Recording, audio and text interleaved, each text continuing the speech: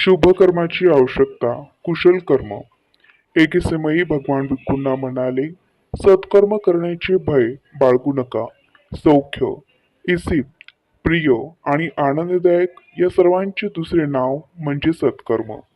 सत्कर्माचा लाभ म्हणजे इस्पित, प्रिय आणि आनंददायक वस्तूंचा लाभ. या गोष्टींचा मी अनुभव घेतला आहे आणि त्याची ग्वाही मी देऊ शकतो. मी वारंवार स्वतःला विचारतो, हे जे मी फळ चाखत आहे ते कोणत्या कृत्यांचा परिणाम?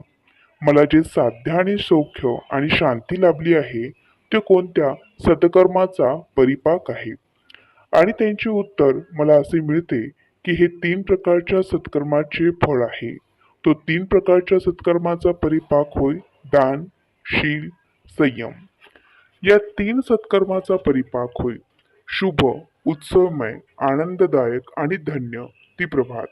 तोच खरा शुभ दिन, तोच खरा शुभ क्षण, जेव्हा सत्पाती दान दिले जाते, ज्यावेळी शुभकर्म आणि शुभ वचन आणि शुभ विचार, शुभ इच्छा या त्यांच्या कर्त्याला शुभ लाभ घडवून देतात. ती वेळ आणि तो दिवस खरोखरच शुभ आणि आनंददायक होय. ज्यांचा असा लाभ होतो, समृद्ध मिळते, ते खरोखरच सुखी होत. तुम्हीही त्याचप्रमाणे समृद्ध, निरामय आणि आपतितांसह सुखी व्हावे.